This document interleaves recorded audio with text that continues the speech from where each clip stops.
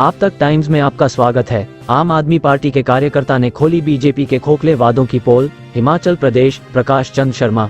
आम आदमी पार्टी के एक आम कार्यकर्ता पदम सिंह भाटिया ने खोली बीजेपी की खोखली घोषणाओं की पोल। क्या कह रहे हैं आम आदमी पार्टी के आम कार्यकर्ता, क्या कह रहे हैं पदम सिंह भाटिया? धन्यवाद। तो इस तरह से जो है प्रकाश जी, मैं आपके चैनल के माध्यम से हमारी जो विधानसभा बल्क क्षेत्र की बुद्धिजीवी जनता है, मैं आपके चैनल के माध्यम से उन्हें भी बताना चाहता हूँ। वो स्वयं भी जानते हैं, इससे कोई बात छुपी नहीं है। सभी लोग इस चीज को जानते हैं कि इतने वर्ष पहले ITI आई थी, उसका पैसा भी था, जमीन भी हमने मुहैया विभाग के नाम करा दी थी, वो नहीं बन सकी है। आज इनके पांव तले से जमीन खिसक चुकी है। इनके विधानसभा बल्क क्षेत्र के उम्मीदवार जो गांधी जी है, वो आज मुझे लगता है अपनी जमानत भी नहीं बचा पाएंगे। इसीलिए तो ये झूठी अफवाहें जो फैलाई जा रही है, जब आई हुई चीजों को कहीं और ले जाता है। अब चुनावी दौर आने वाला है, प्रधानमंत्री के दौरे के बाद हो सकता है तुरंत ही आचार संहिता लागू हो जाए। इनको तो ये तो एक चुनावी जुमला हो रहा है, ऊपरी जनता के साथ मजाक कर रहे हैं बीजेपी सरकार। देखिए प्रकाश जी, ऊपरी या लोरी इसमें कोई बात नहीं है। आप माननीय प्रधानमंत्री जी हिमाचल प्रदेश के जिला मंडी में आए हो, हमारे भी प्रधानमंत्री हैं, उनका मैं तहे दिल से स्वागत करता हूँ। आ सकते हैं, लेकिन ये जो जुमलेबाजी है, जो उनकी नीति है, 5 साल तक सोए रहे। बेरोजगारों का हाल देख लो आप, युवाओं का हाल देख लो। 15 लाख रुपए की बात कही थी और काला धन की बात कही थी। आज अब ये बोल रहे उज्ज्वल योजना।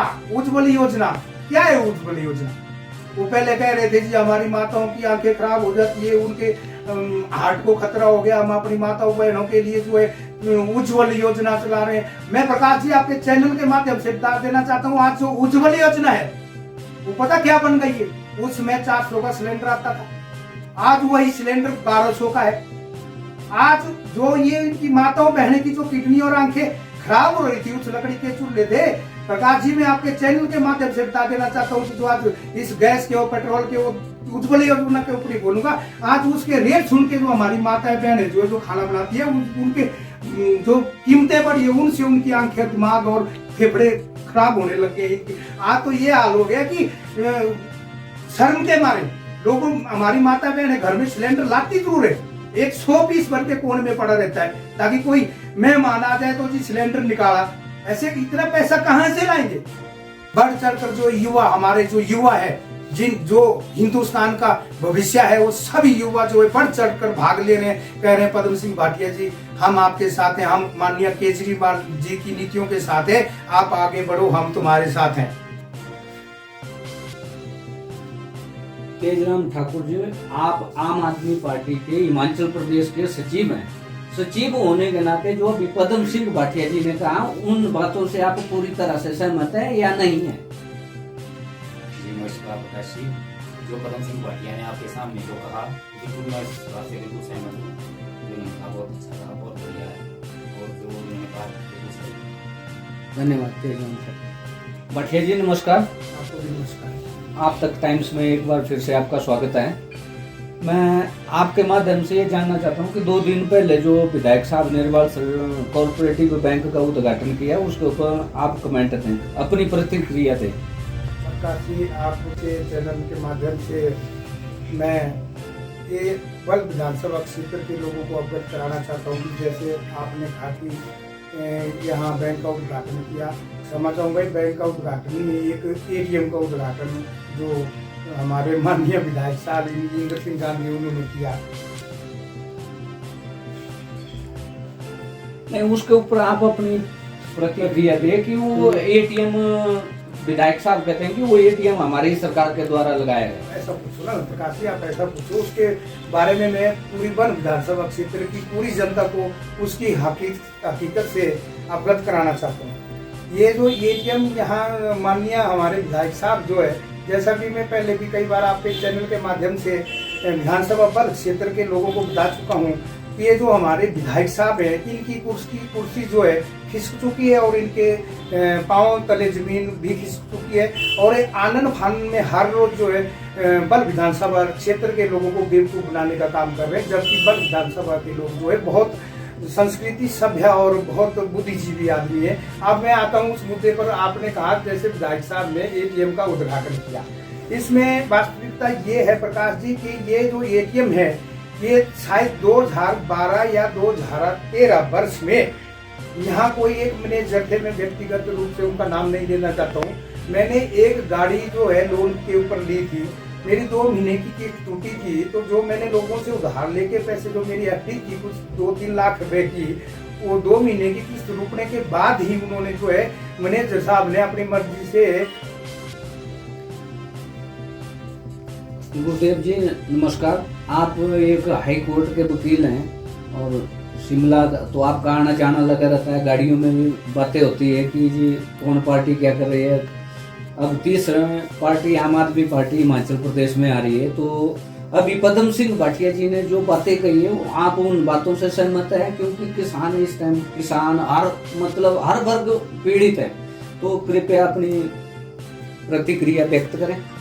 पदम सिंह भाटिया ने जो विचार प्रकट किए और जो अपने उद्गार किए वो मुझे लगता है सच्चाई के बिल्कुल नज़दीक हैं और उनसे सहमति तो सच्चाई से तो बनानी ही पड़ती है और वो बिल्कुल ठीक है कि जो इस वक्त आम जनता महंगाई का भार ढो रही है उसके उपलक्ष्य में भी इन्होंने बिल्कुल सही कहा। अच्छा वकील जी, एक अंतिम क्वेश्चन आपसे मेरा यह रहेगा, आज मुख्यमंत्री ने जो ऊपरी बल के लिए एक ITI की घोषणा की, वो एक चुनावी जुमला है या हो सकता है? ये एक चुनावी जुमला ही होता है, क्योंकि ऊपरी बल का क्या मतलब बना, या तो स्थान का नाम बताते हो कि इस जगह के वो हमने ITI दी है। ऊपरी बल का तो एक सस्पेंस जैसी वाली बात होगी। मैनेजर साहब ने अपनी मर्जी से ही जो मैंने लोगों से उधार लेके पैसे की 2 या 3 लाख रुपए की एफडी बनवाई थी लोन के अगेंस्ट, मैनेजर साहब ने मुझे बिना कुछ बताए या सूचित किए ही सिर्फ 2 मासिक किस्त रुकने से ही जो मेरी एफडी को तोड़ के जो है वो मेरी गाड़ी का लोन जो है उस खाते में जमा कर दिया, जो बाकी पैसे बचते थे वो मेरे अकाउंट में जमा कर दिए। जबकि कानून के हिसाब से मैनेजर साहब ऐसा नहीं कर सकते थे।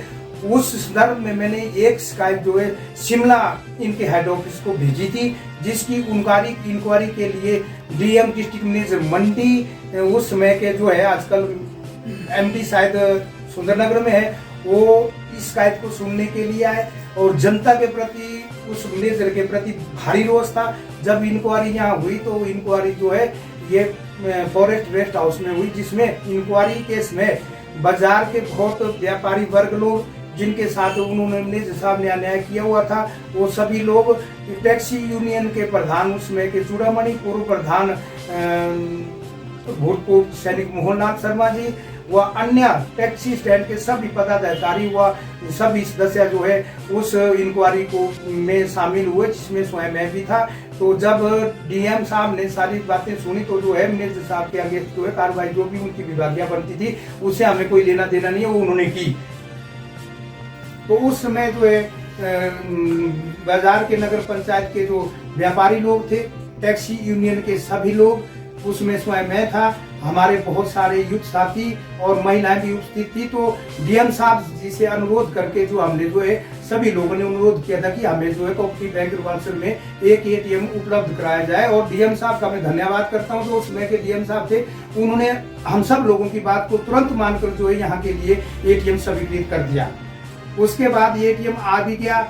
उसके बाद दूसरे मैनेजर आए, उन्होंने ये हवाला करके यहाँ पहुंचे, वो एटीएम को वापस कर दिया कि यहाँ हिमाचल में जो है हमारे बैंक के पास एटीएम के लिए कमरा या जो भी सुविधा है वो नहीं है। इस कारण जो है एटीएम उन्होंने वापस भिजवा दिया, जो एटीएम चंबा में लगा। उसके बाद हमारे यहाँ स्थानीय जो कोमललाल शास्त्री जी मैनेजर आए, तो मैंने उनसे बात पूछी कि मैनेजर साहब जो हमारा एटीएम आया था, डीएम मंडी ने हमें दिया था, वो कहाँ है? तो उन्होंने अपनी फाइलें कागज ऑफिस के देखने के पश्चात हुए वो बोला कि वो तो चंबा में लग गया। मैं कहा मैनेजर साहब करिए प्लीज इसका। बोले जी उसमें फाइल में लिखा रखा है कि हमारे पास कॉम्बिनेशन नहीं है। तो हमने माननीय प्रधान जो हमारे कुशल्या देवी है उनके पास गए, मैं स्वयं प्रधान हूँ, और हमने ग्राम सभा में उसका प्रस्ताव रखा और जो उनके लिए एक अलग कमरे का कॉम्बिनेशन करके जो है एटीएम के लिए कमरा बना के टाइलें वगैरह पेंट वगैरह करवा के जो है एटीएम यहाँ लगा। फिर आप मुझे बताइए कि इसमें माननीय विधायक साहब का क्या रोल है कि एटीएम का उद्घाटन करने वो यहाँ आ जाते? नहीं तो विधायक साहब फिर जनता को क्यों गुमराह कर रहे हैं कि हमारे बीजेपी सरकार के द्वारा यह एटीएम प्रदान किया गया? चलो ये तो भाजपा की जो है जमीन पांव तले से प्रकाश जी खिंच चुकी है। ये आए दिन कोई ना कोई, जैसे हमारी लोकल भाषा में सोसा बोलते हैं, उसको छोड़ते हैं, वो छोड़ते हैं, बाकी कुछ नहीं है। ये इस वक्त बुरी तरह से बौखला गए हैं, एक सोच रहे हैं कि कहीं ना कहीं किसी न किसी तरीके से लोगों को बेवकूफ बनाया जाए। लेकिन आज की जो जनता है वो बहुत बुद्धिजीवी है, पढ़ी लिखी है। हमारे साथ जो युवा साथी हैं 18 साल से लेकर 30-35 साल तक के बड़, इसमें युवा साथी जो हिंदुस्तान का भविष्य है, उनके साथ साथ महिलाएं अधिकतर साथ जुड़े हैं पार्टी के साथ। और जो बुजुर्ग हमारे बुजुर्ग हैं, हमारे सीनियर बुजुर्ग हैं, हमारी माताएं हैं, हमारे बुजुर्ग हैं, उनका भी हमें इस पार्टी के ऊपर बहुत बड़ा एक आशीर्वाद है। ये जो सहयोग हमें मिल रहा है, इसके लिए मैं बल विधानसभा क्षेत्र के सभी आदरणीय मेरे बुजुर्ग, मेरे युवा साथी, माताएं, बहनें तथा मेरे सभी दोस्तों को मैं अपनी मन की गहराइयों से हार्दिक हार्दिक अभिनंदन एवं स्वागत करता हूं। और मैं उनका हमेशा ऋणी था, ऋणी हूं और जन्मों जन्मों तक उनका ऋणी रहूंगा।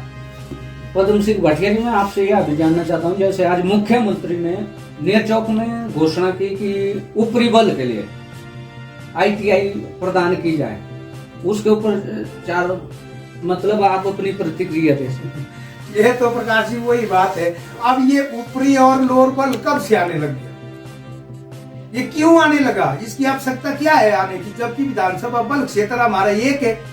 आप पूछ रहे हैं भी ऊपरी बल क्षेत्र के लिए क्या घोषणा की, क्या कुछ आपने में से? मैंने कहा ITI के लिए। ITI तो मैं माननीय मुख्यमंत्री महोदय जी से और हमारे जो माननीय विधायक इंद्र सिंह गांधी जी हैं, मैं उनसे पूछना चाहता हूं, ये जो ITI है, ये आज से 6 वर्ष पहले अगर ऊपरी क्षेत्र की इन्होंने बात करनी है तो मैं नहीं करता हूँ ऊपरी क्षेत्र की बात। ये तो बस आज से लगभग 5-6 साल बस इसके लिए धनराशि जो ऊपरी क्षेत्र अगर इनका कर है तो रिवासर के लिए जो है सबकृत हो चुकी थी और इसका पैसा भी आ चुका था। हमने इसके कागजात जो है, जैसे कि हम हमारे गांधी जी बिना हवाई जो उद्घाटन कर रहे हैं, जबकि उस विभाग से संबंधित जमीन नहीं होती है, तो उस समय तो हमने ITI के लिए गरलौनी में जमीन भी उपलब्ध करा दी थी विधायक साहब को। लेकिन वो ITI है कहाँ है, वो तो कहीं और खुल गई।